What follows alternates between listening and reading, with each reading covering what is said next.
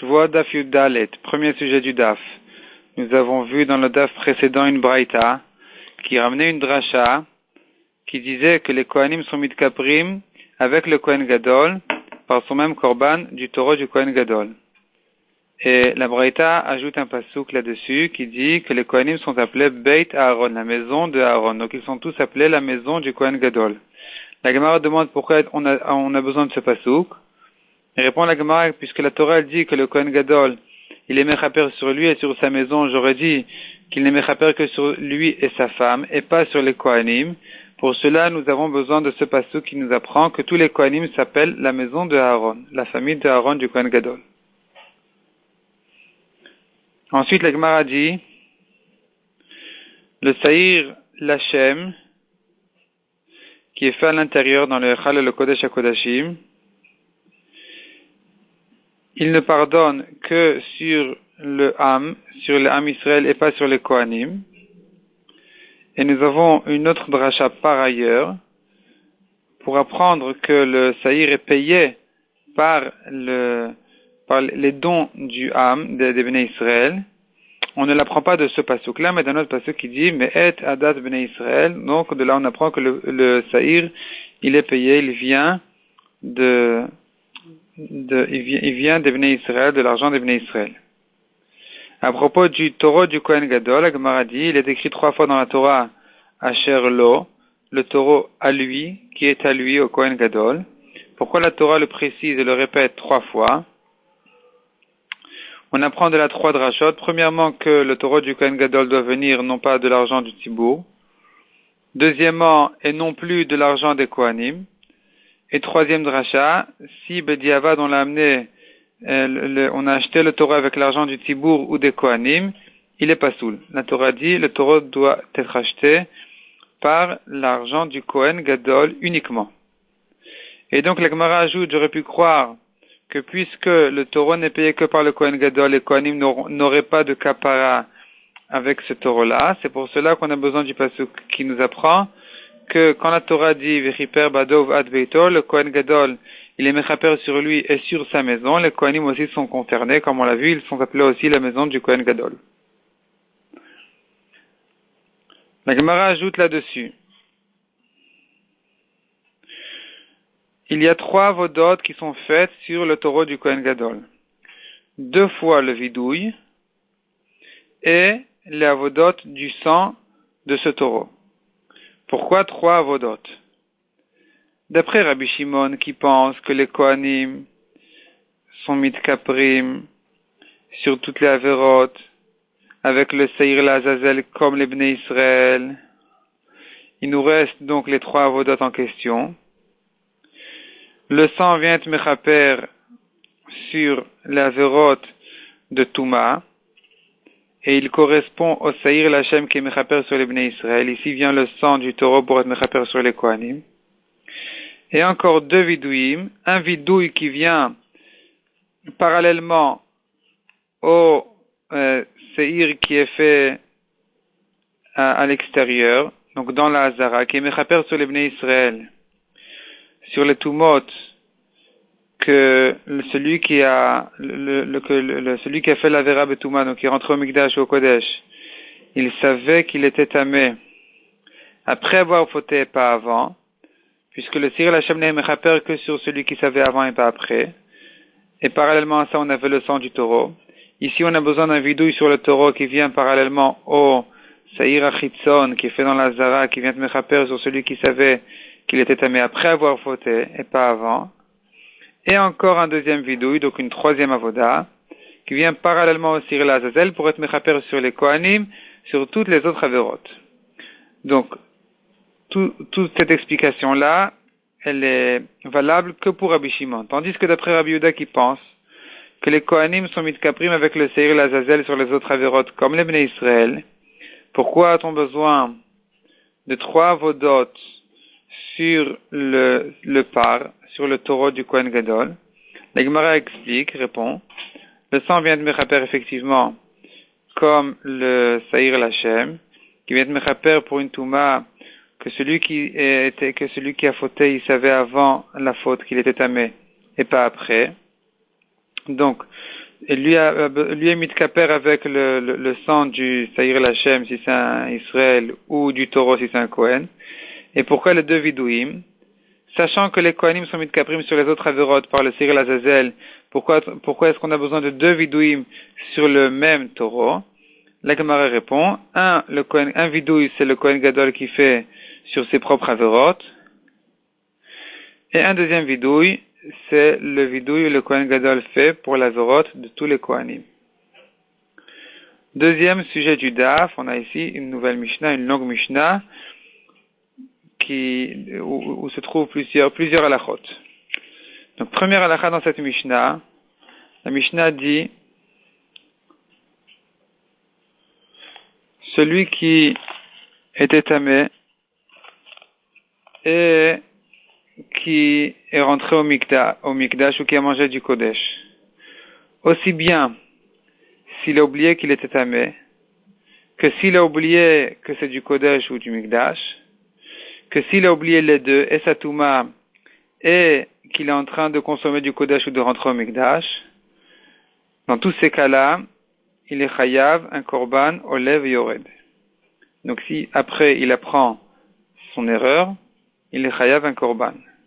S'il savait avant et après, qu'au milieu il a oublié ou la touma ou le Kodesh, ou les deux, il est bien chayav. Deuxième halakha, ajoute la Mishnah, non seulement s'il est rentré dans la Hazara, mais même s'il est rentré dans un endroit qui a été ajouté par la suite sur la Hazara, il est chayav. Et là, la Mishnah nous explique comment est-ce qu'on peut ajouter sur la Gdusha de la Hazara. Il faut avoir un roi, un Navi, un Kohen Gadol avec le Urim et Tumim, Sanhedrin de 71 Dayanim, les pains du Korban Toda, les chants qui sont faits avec, le Bedin qui marche derrière les Todot, les pains de Toda, et tout Israël derrière eux. La Mishnah ajoute que les pains de Toda, celui qui est à l'intérieur, on verra dans la Gemara de quoi il s'agit exactement, il est mangé, celui qui est à l'extérieur, il est brûlé. Quatrième halakha de la Mishnah. Celui qui s'est rendu tamé dans la Hazara. Donc, jusque-là, on parlait qu'il était tamé avant de rentrer dans la Hazara. Ici, on est en train de dire qu'il est devenu tamé dans la Hazara même. Dans la Hazara même, il a une touma. Et il ne savait pas, il a oublié qu'il était tamé.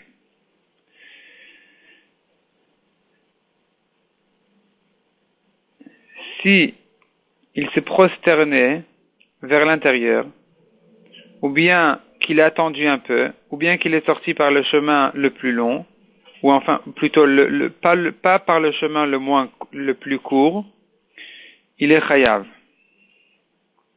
Quatrième halakha de la Mishnah, après ce partage, la Mishnah nous dit que le Bedin ou le Kohen Gadol qui est loin avec le Sheman HaMishra, ils ont un korban spécial.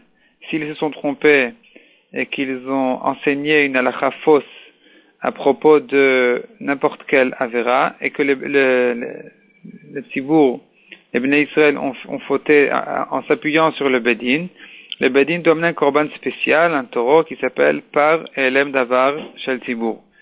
Le Kohen Mashiach, lui aussi, si il s'est permis, il a fait une aura, il a tranché une halakha, en ce qui le concerne en tout cas, que telle ou telle chose est permise et il a fauté en s'appuyant sur sa propre halakha, lui aussi doit amener un korban spécial qui est un taureau, un par Kohen Mashiach. Eh bien, la Mishnah nous précise que si le Bedin ou le Mashiach, donc le Kohen Gadol, se sont trompés à propos de ces halachot-là de Touma, de Mikdash et de Kodesh, ils n'ont pas besoin d'amener, ils sont pturim de ce korban spécial. Tandis qu'il y a un autre cas où ils sont chayavim, c'est dans un cas où ils se sont trompés et par erreur ils ont permis des choses interdites à propos de Nida.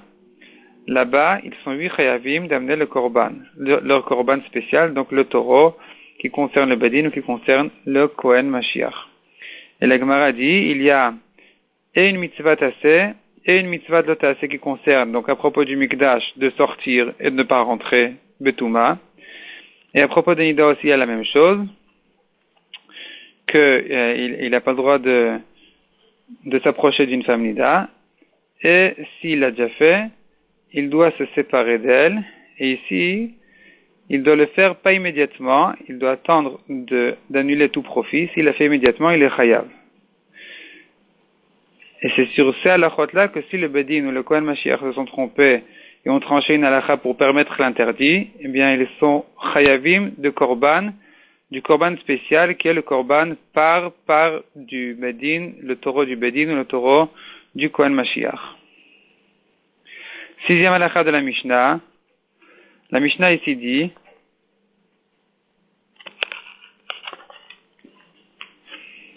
trois avis de Tanaïm, Rabbi Eliezer, Rabbi Akiva et Rabbi Ishmael. D'après Rabbi Eliezer et Rabbi Akiva, les deux, chacun d'une autre bracha l'apprend, il y aura une afkamine entre eux dans la Gemara, mais en général, ils se ressemblent, à savoir, Rabbi Eliezer et Rabbi Akiva pensent tous les deux que s'il est rentré dans le Mikdash Betouma et qu'il a oublié